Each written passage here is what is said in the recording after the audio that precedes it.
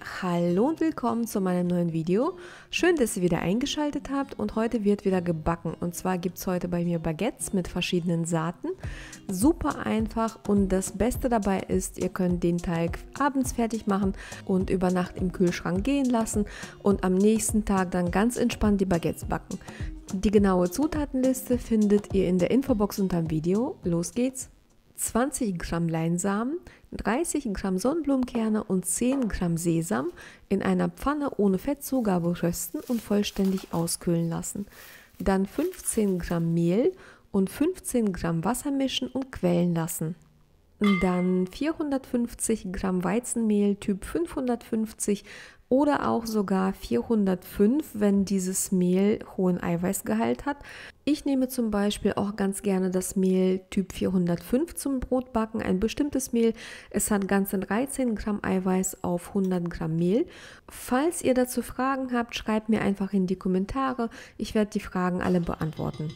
Dann kommen noch 60 Gramm Weizenvollkornmehl dazu und 30 Gramm Roggenmehl Typ 1050. Dann füge ich noch 1 Gramm Trockenhefe hinzu, die Mehl-Wasser-Mischung und 380 Gramm Wasser. Das Wasser ist zimmerwarm. Diese Zutaten dann einfach ganz schnell miteinander vermischen und eine halbe Stunde stehen lassen. Wenn die halbe Stunde vorbei ist, dann 12 Gramm Salz und die Saatenmischung hinzufügen und alle Zutaten dann zu einem Teig verkneten. Meine Küchenmaschine lief 7 Minuten auf Stufe 2.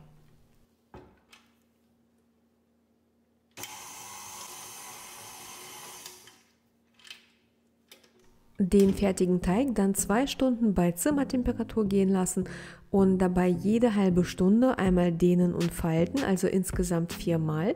Die Vorgehensweise ist ganz gut im Video zu sehen und ich mache das so, ich nehme kein zusätzliches Mehl für die Arbeitsfläche und meine Hände mache ich etwas nass.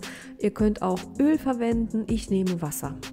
Beim ersten Mal ist der Teig vielleicht noch etwas fester, wird aber jedes Mal immer weicher und geschmeidiger und nach dem 4. Mal kommt er für 12 bis 14 Stunden in den Kühlschrank.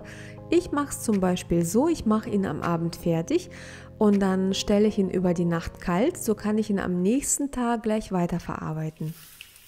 So, meine Lieben, am nächsten Tag geht es weiter und man kann auch wunderbar erkennen, dass der Teig schön aufgegangen ist und ganz viele Blasen geworfen hat und das ist ein sehr gutes Zeichen. Ich gebe ihn jetzt auf die Arbeitsfläche und teile ihn in 3 Teile. Und ich muss auch ganz ehrlich sagen, die Teigstücke habe ich auch tatsächlich abgewogen, weil ich wollte, dass die Baguettes alle gleich sind bzw. die gleiche Größe haben. Ich hatte insgesamt 1007 Gramm Teig. Und die Arbeitsfläche habe ich mit etwas Mehl bestäubt und dann habe ich die Teigstücke noch 10 Minuten liegen lassen. Nach 10 Minuten Wartezeit ist der Teig etwas wärmer geworden und jetzt forme ich jedes Teigstück zu einem Baguette.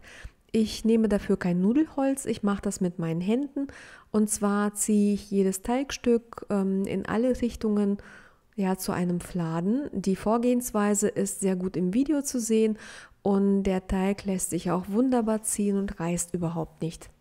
Dann rolle ich ihn auf und dann kommt dieses halbfertige Baguette mit der Naht nach unten aufs Backblech oder aufs Backpapier, je nachdem, was man hat. Ich habe so ein Baguetteblech, aber man muss es nicht haben, so ein ganz normales Backblech geht auch. Die Baguettes sollte man dann nochmal abgedeckt 70 bis 90 Minuten gehen lassen. Meine Baguettes habe ich 90 Minuten gehen lassen. Man sieht hier auch nochmal ganz gut, dass die Baguettes schön aufgegangen sind und sich viele Blasen gebildet haben. Und jetzt kann das Backen eigentlich schon losgehen.